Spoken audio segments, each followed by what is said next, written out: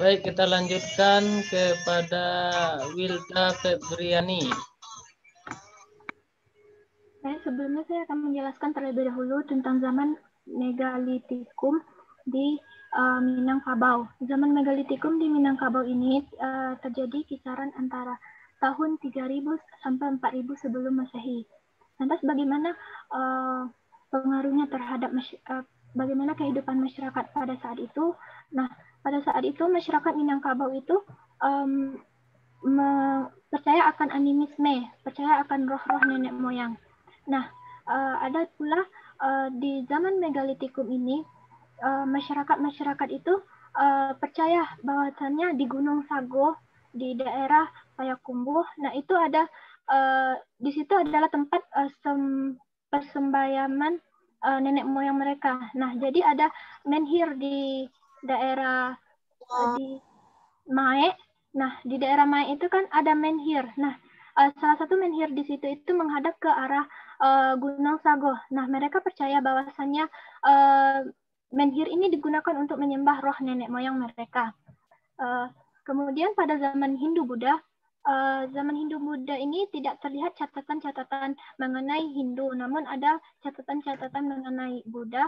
Nah, pada saat ini kondisi masyarakat Minangkabau ini sudah tersusun rapi, sudah tertata dengan rapi. Jadi pengaruh Hindu-Buddha tidak begitu kental dalam masyarakat Minangkabau.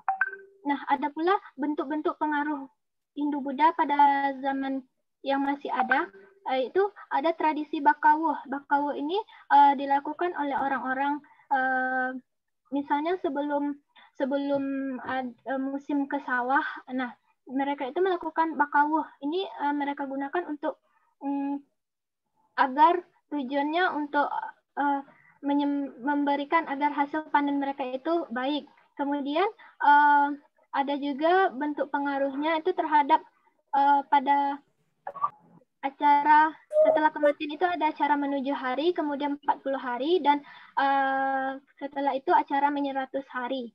Nah, itu terlihat pengaruh Hindu-Buddha masih kental dalam masyarakat Minangkabau. Nah, kemudian terlihat juga pada saat orang-orang berdoa itu mereka membakar kemenyan. Kemudian proses masuknya Islam ke Minangkabau. Nah, pada proses masuknya Islam ke Minangkabau ini, pada proses masuknya Islam di Minangkabau diperkirakan pada abad ke-7 Masehi. Namun pada banyak pendapat yang menyatakan Islam masuk ke Minangkabau.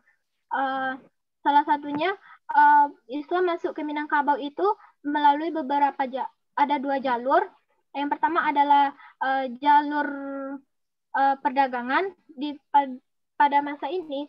40 tahun setelah kematian Rasulullah SAW di pesisir Sumatera itu sudah terdapat perkampungan orang Arab. Nah, di sini mereka percaya bahwasanya Islam itu masuk pada akhir abad ke-7 Masehi.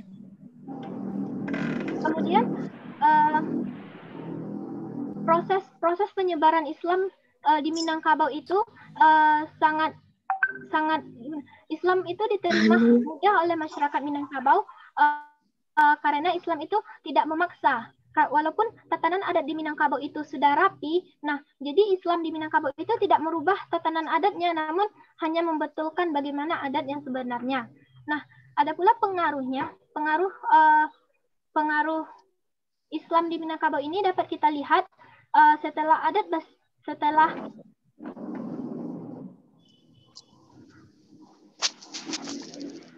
daerah yang pertama kali dimasuki oleh Islam di Minangkabau ini yaitu di daerah pesisir Sumatera, ya tepatnya di Ulakan. Nah, pada saat ini orang-orang menyebarkan Islam itu melalui anak-anak karena mereka menganggap bahwasannya anak-anak di Minangkabau itu mudah untuk mudah untuk diberikan pencerahan tentang Islam. Misalkannya ada orang-orang yang menyebarkan Islam ini mereka mengajarkan pada anak itu mengucapkan salam. Jadi dari anak-anak ini nanti mereka mengucapkan juga di rumahnya bahwa assalamualaikum. Jadi ibu-ibunya atau orang tuanya itu mengikuti anaknya. Jadi di situ mulai penyebaran Islamnya. Kemudian tokoh penyebaran Islam itu di Minangkabau itu salah satunya adalah Syekh Burhanuddin. Syekh Burhanuddin ini beliau menyebarkan Islam dan mendirikan surau. Kemudian Oke, Wilda cukup dulu ya. Kita ke Amrina. Pak, Assalamualaikum Pak Walum Pak. Sabar, ada jatahnya.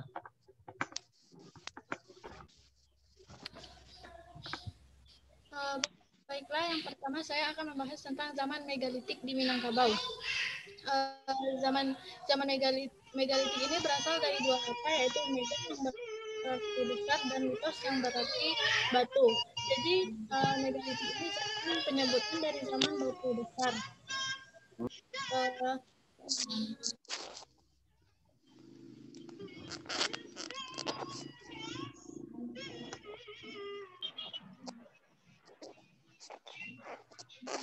Kebudayaan megalitik ini merupakan penyebutan yang menghasilkan bangunan dari zaman megalitik ini cenderung percaya kepada roh nenek moyang.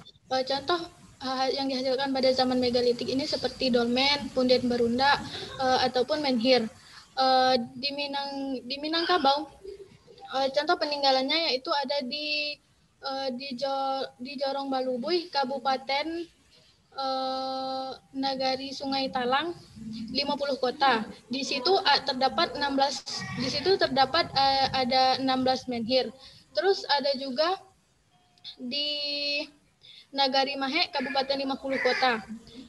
Yang selanjutnya yaitu pengaruh Hindu-Buddha di Minangkabau. Di Minangkabau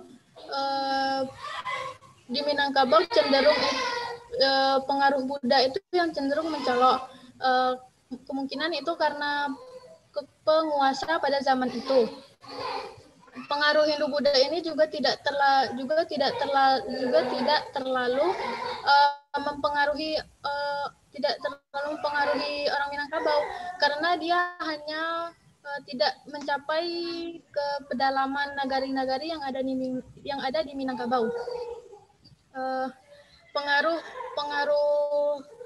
Hindu-Buddha ini dapat kita lihat seperti dalam asal-usul dari orang Minangkabau.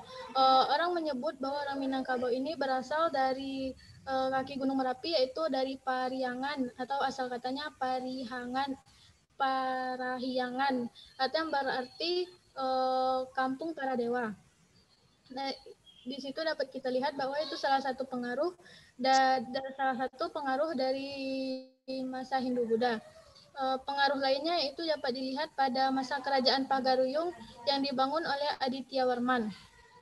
Hal ini dapat kita lihat dari Prasasti Pagaruyung 1 sampai 8 dan Prasasti Sarwasau.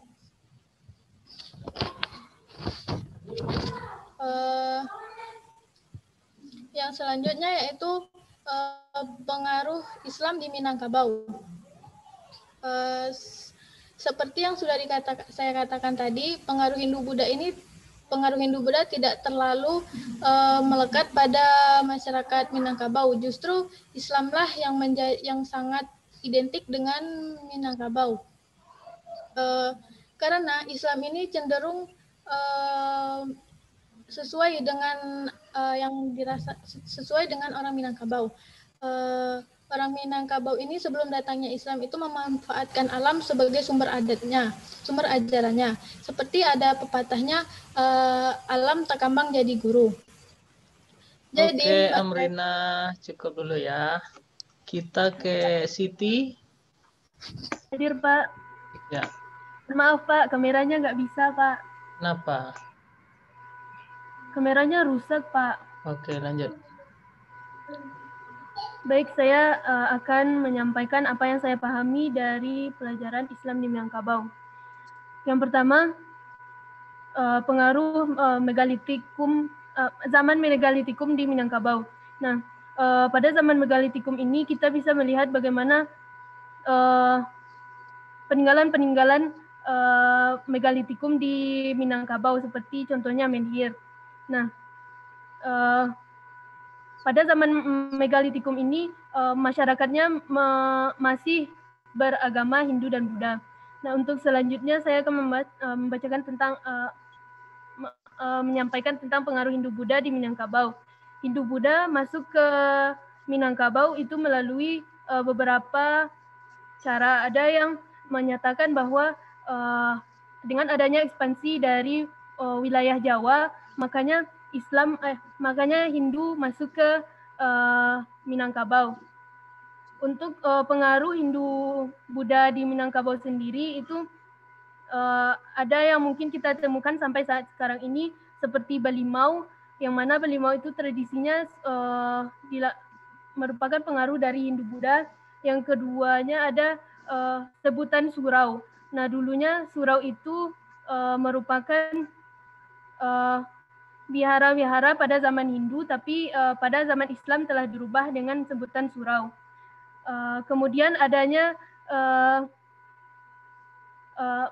acara-acara penuju harian pada kematian 7 hari, 3 hari, 40 hari, dan lain-lainnya. Selanjutnya saya yaitu perkembangan Islam di Minangkabau, pengaruh Islam di Minangkabau. Nah, Islam masuk ke Minangkabau, ada yang menyatakan bahwa Islam masuk pada abad ke-7, di mana Islam dibawa oleh orang-orang dari Aceh, yakninya salah satunya itu Syekh Burhanuddin, di mana Syekh ini mengembangkan agama Islam di Minangkabau dengan cara belajar mengajari anak-anak di suraunya, karena anak-anak tersebut telah terbiasa melihat bagaimana Syekh itu hidup di suraunya dengan bermain. Syekh Burhanuddin mengajak anak-anak itu ketika saat ingin bermain mengucapkan seperti doa, salam, dan lain-lain. Jadi anak-anak itu terbiasa, dan kemudian kemudian anak-anak itu menyampaikan kepada orang tuanya. Kemudian agama Islam disambut baik oleh orang-orang Minangkabau, sehingga berkembanglah Islam di Minangkabau sampai saat sekarang. Oke, Siti cukup dulu ya. Kita ke Rida Uktia Imrati.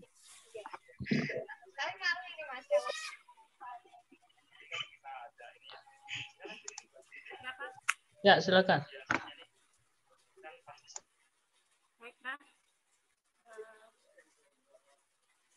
Yang pertama itu zaman Megalitikum di Minangkabau.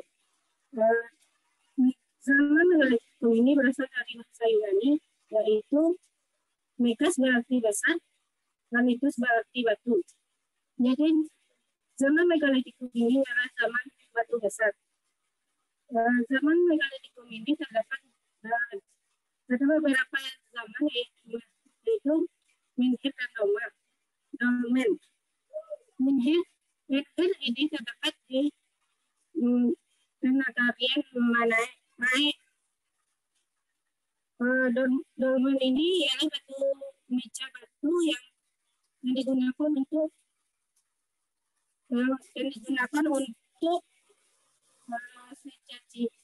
meletakkan sesaji yang dipermudahkan untuk kepercayaan roh nenek moyang.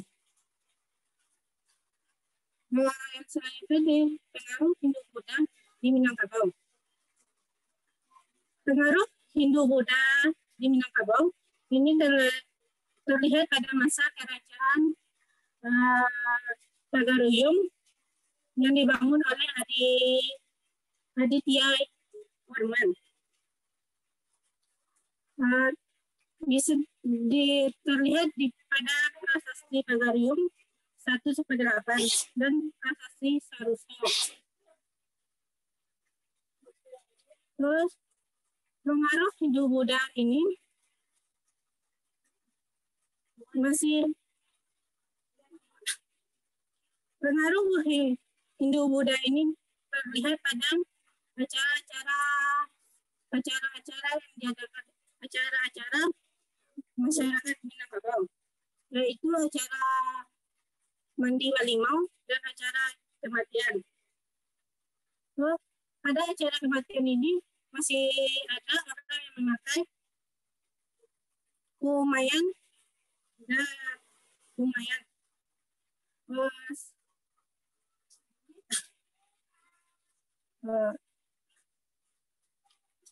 Selanjutnya itu pengaruh Islam di Minangkabau. Pengaruh Islam di Minangkabau ini terlihat pada koleksi pakaian, koleksi peninggalan busana pria dan wanita. Nah, itu kalau untuk wanita itu pakaiannya berwarna merah mencolok khas Minang yang dibentuk menjadi gamis lengkap dengan hijab. Kalau untuk pria itu setelan koko.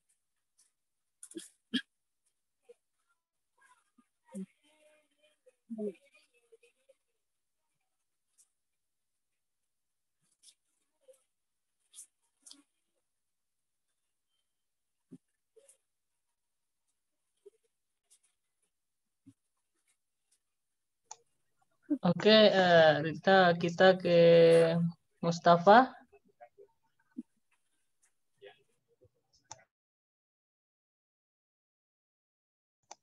Mustafa hadir. Oke, kita ke Sania.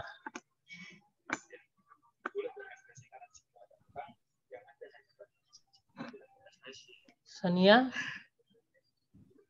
Nggak ada juga. Ke Anissa.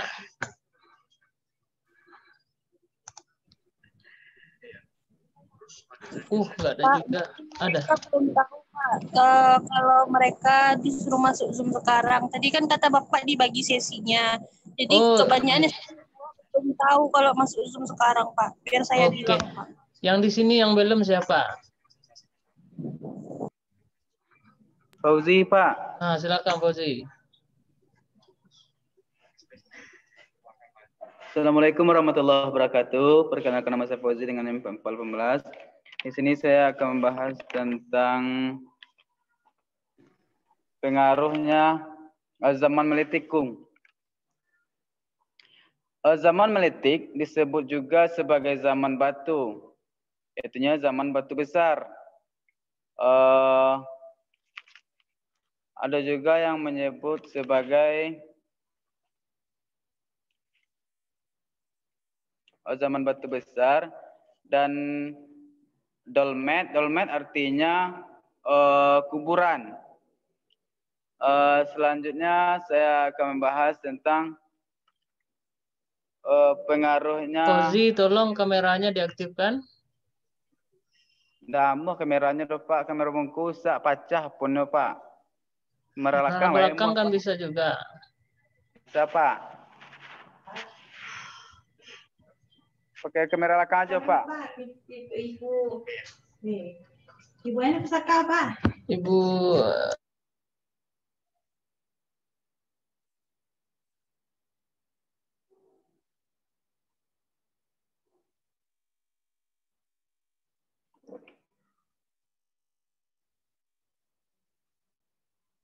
silakan Fauzi.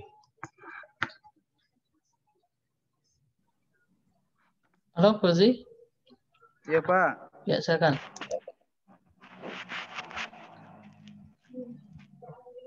Nggak bisa kameranya nih Pak. Gimana nih Pak?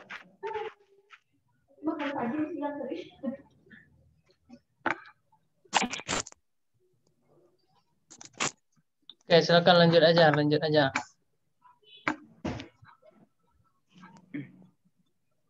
Pengaruh Hindu-Buddha di Minangkabau. Dahulunya orang Minangkabau mengatakan bahwa dirinya berasal dari Gunung Merapi karena ada sebuah kampung yang dinamakan Kampung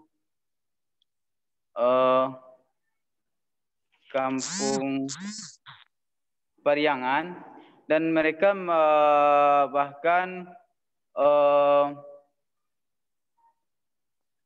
berasal dari para dewa-dewa, karena dewa itunya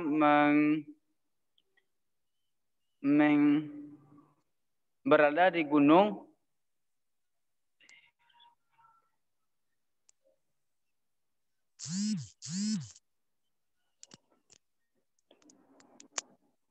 bahkan sedangkan di dalam agama Islam tidak ada mengenal yang namanya dewa, karena Islam tidak membolehkan atau mengikuti para dewa-dewa. Sedangkan para dewa itu termasuk ciptaan Tuhan. Dan adapun tradisi-tradisi yang dilakukannya seperti saat orang meninggal membacakan surat Yasin sampai 3 hari atau 7 hari dan sampai 14 dan sampai 100. Bahkan ada juga yang mengatakan sampai 1000 hari atau 1000 hari.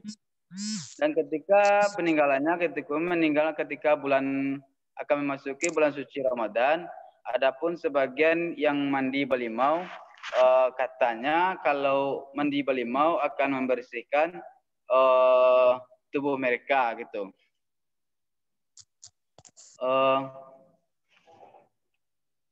Selanjutnya pengaruh Islam di Minangkabau.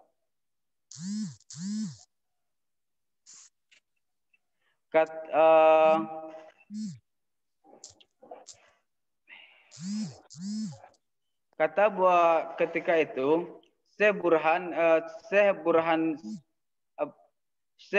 Burhanuddin diketahui membangun sebuah surau di Ulakan. Surau itu menjadi tempat utama bagi para ulama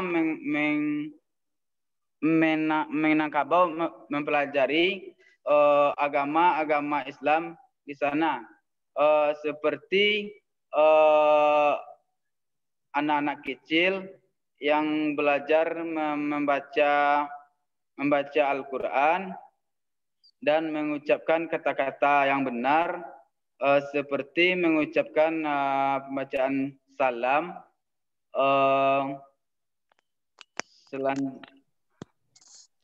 Oke, Fauzi, kita ke Sania Putri dulu. Sania tadi ada nampak, Pak. Sania?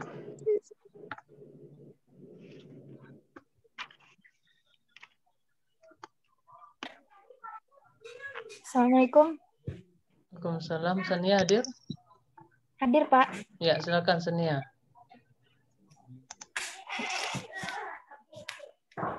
Baiklah, saya akan membaca yang pertama, yaitu zaman Megalitikum di Minangkabau. Sania, tolong kameranya diaktifkan dulu. Sebentar, Pak, jaringan saya, Pak.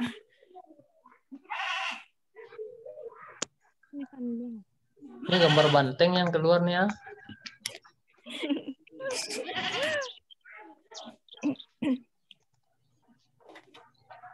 Oke, ya.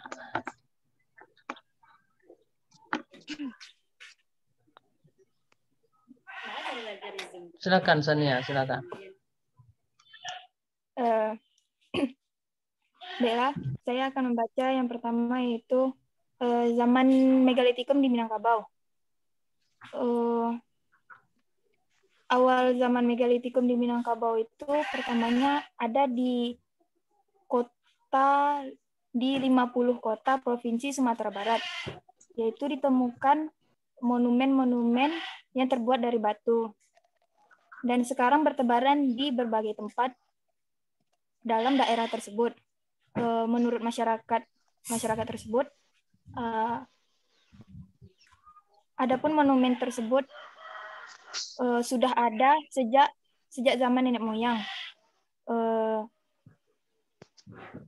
Monumen tersebut disebut dengan batu mejen, yaitu batu tanda kubur, sehingga kemudian masyarakat menempatkan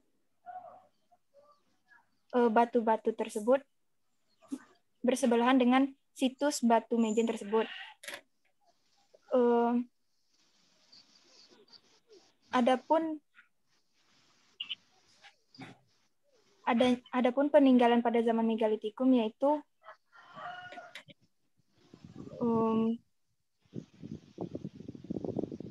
batu-batu yang telah berumur lebih kurang dari 3.500 tahun. Semua benda peninggalan zaman megalitikum tersebut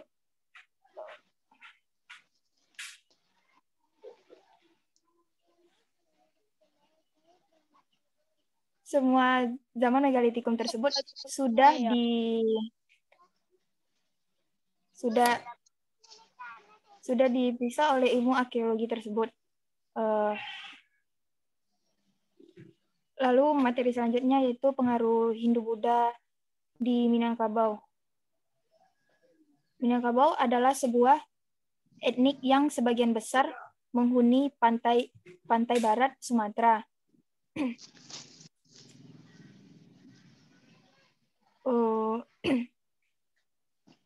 Adapun wilayah penduduk Minang itu banyak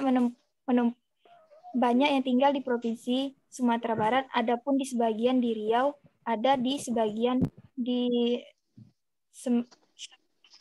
Semenanjung Tanah Melayu.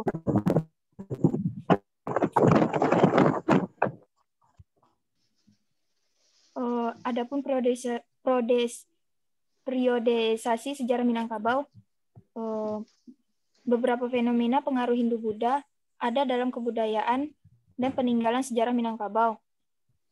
Tetapi beberapa hanya karya sejarah yang tidak menuliskan khusus sejarah Hindu periode Buddha, justru lebih mengemukakan dan sering dilakukan oleh para sejarawan untuk lebih ke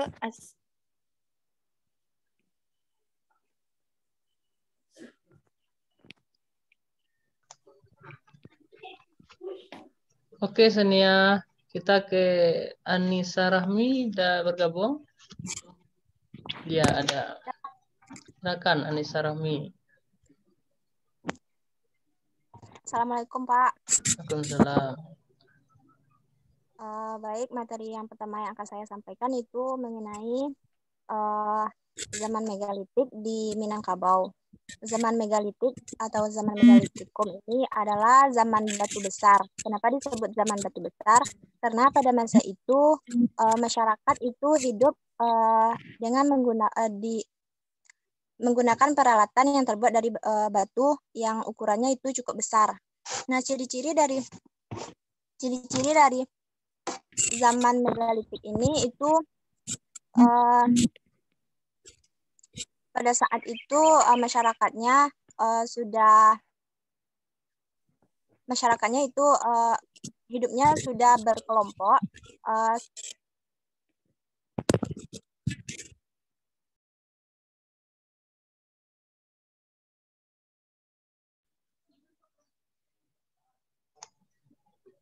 Anissa, suaranya tolong dibuka lagi. Maaf, Pak. Jadi zaman megalitik ini atau zaman megalitikum ini disebut juga dengan zaman batu besar. Kenapa disebut dengan zaman batu besar? Itu karena pada saat itu masyarakatnya hidup dengan menggunakan peralatan yang terbuat dari batu yang ukurannya cukup besar. Adapun ciri-ciri dari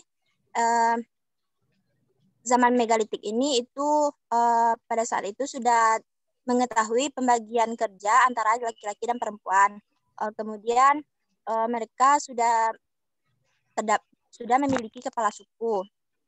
Kemudian sudah menggunakan tembaga sebagai peralatan dalam kehidupannya sehari-hari. Adapun peninggalan dari kehidupan di zaman megalitik ini itu sangat banyak. Terutama itu kalau di Minangkabau dapat kita jumpai di Kabupaten 50 kota seperti menhir. Menhir ini merupakan sebuah batu besar atau masyarakat setempat juga menyebutnya dengan batu mejen. Itu kegunaannya dulu digunakan oleh masyarakat itu sebagai tempat pemujaan terhadap roh nenek moyang mereka. Kemudian ada namanya dalmen. Dalmen ini berbentuk meja namun terbuat dari batu dan fungsinya waktu itu sebagai tempat seserahan atau sesajen atau membakar kemenyan untuk menghormati arwah nenek moyang mereka terdahulu. Kemudian ada juga peninggalannya berupa batu talempong, batu basure, dan batu batikam. Itu banyak kita temui di daerah Tanah Datar, di daerah Kerajaan Pagaruyung atau Kabupaten Tanah Datar. Kemudian mengenai pengaruh Hindu-Buddha di Minangkabau, sebelum masuknya agama Islam di Minangkabau ini, sudah terlebih dahulu ada pengaruh dari Hindu-Buddha. Mengenai asal-usul, mereka menyebutkan bahwa asal-usul orang Minangkabau ini itu berasal dari Gunung Marapi yang merupakan gunung yang tertinggi yang ada di Sumatera Barat atau di Minangkabau. Dan di kaki Gunung Merapi itu ada sebuah perkampungan tua dengan nama Pariangan. Pariangan atau Pahariangan yang artinya itu adalah kampung para dewa atau Kahyangan yang artinya tempat dewa bersemayam. Jadi kalau di dalam Islam kan tidak mengenal adanya dewa dan itu merupakan salah satu pengaruh dari Hindu-Buddha tersebut. Mengenai pengaruh Hindu-Buddha yang masih ada sampai saat sekarang ini itu seperti masih adanya tradisi Balimau, yang mana tradisi Balimau ini diyakini oleh masyarakat Minangkabau sebagian yang masih melaksanakan tradisi tersebut sebagai mandi suci yang dilakukan sebelum memasuki bulan puasa Ramadan. Jadi saat mereka mandi itu banyak menggunakan kembang atau berbagai wangi-wangian gitu. Kemudian pengaruhnya lain seperti berkaul. Berkaul ini merupakan tradisi yang dilakukan untuk dengan meletakkan berbagai sesajian yang dilakukan untuk menghormati roh-roh halus yang biasanya itu dilakukan di tempat-tempat tertentu seperti tempat keramat, di perbukitan atau di dalam gua. Kemudian pengaruhnya lagi seperti tradisi orang di Minangkabau yang masih melaksanakan tradisi Manigo Hari, Malimo Hari, Manuju Hari, dan seterusnya. Itu sama dengan tradisi Apska di India. Kemudian mengenai pengaruh Islam di Minangkabau. Oke, Anissa, cukup dulu ya. Kita ke Mustafa Samsudin Siregar.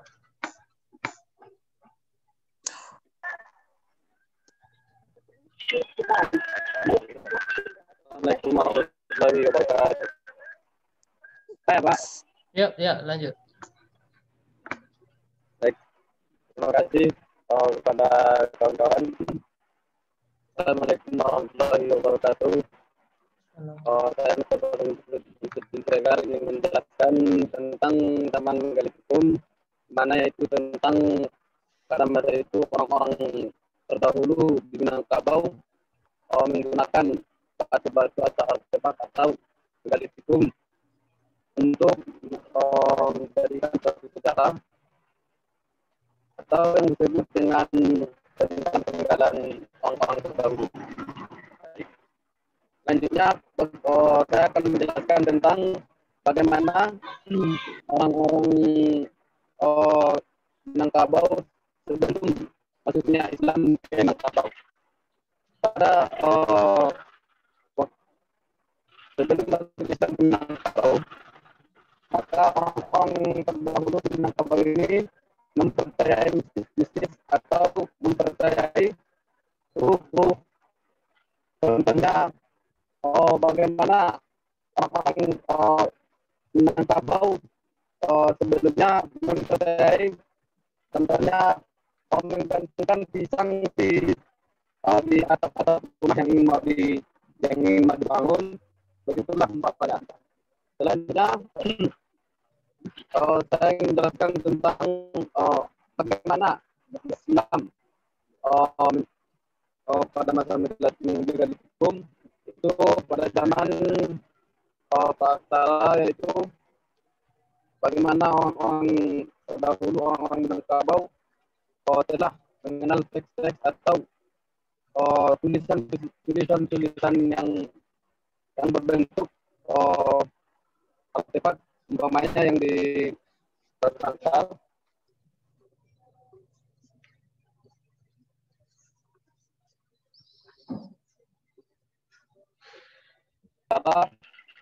Di mana yaitu orang-orang Minangkabau telah mempercayai bagaimana tulisan-tulisan aksara. Dan selanjutnya saya ingin menjelaskan tentang bagaimana orang-orang terdahulu di Minangkabau masuknya Islam. Islam ini masuknya pertama Islam ke Minangkabau itu melalui pelayaran yang pertama dari pelayaran orang-orang dari Arab Saudi berdatangan ke arah Indonesia atau Nusantara itu melalui pelayaran. Dalam pelayaran ini orang-orang dahulu menyebarkan Islam, yaitu melalui dakwah. Dalam dakwah ini orang-orang Islam membawa ke Minangkabau atau khususnya kepada Nusantara itu melalui pelayaran dan perdagangan di pelabuhan-pelabuhan. Setiap pelabuhan orang-orang terdahulu mendirikan sebuah kerajaan, lalu bagaimana cara berdakwah untuk menyampaikan Islam dan menyebarkan Islam dengan luas. Jadi di sini maksudnya Islam di sini sangatlah diterima dengan baik oleh orang-orang Minang. Tidak ada peperangan, tidak ada perbedaan di antara Minang, antara Islam dan orang-orang Islam di Minangkabau pada dulu. Maka di Islam itu di Minang dulu orang terus. Baik Mustafa, cukup dulu. Kita ke Rafli.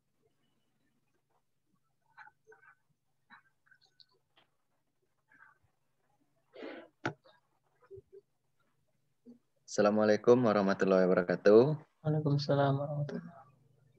Baiklah, saya akan menjelaskan zaman Megalitikum.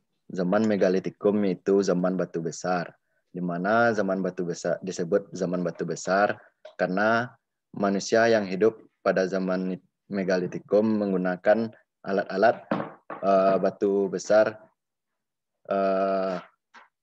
peralatan yang besar-besar. Ciri-cirinya yaitu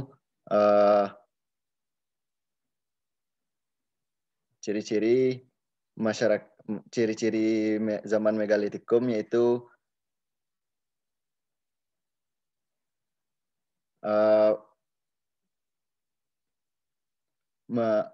peralatan yang menggunakan batu yang runcing. Peninggalan zaman Megalitikum di Minangkabau yaitu seperti batu besar yang tersusun seperti menhir yang terletak di 50 kota. Selanjutnya saya akan menjelaskan pengaruh Hindu-Buddha di Minangkabau. Pengaruh Hindu-Buddha yaitu masyarakat Minangkabau masih menganut tradisi-tradisi Hindu-Buddha seperti berarak-arakan yang membawa seperti makanan yang dilakukan oleh orang Bali. Dan selanjutnya yaitu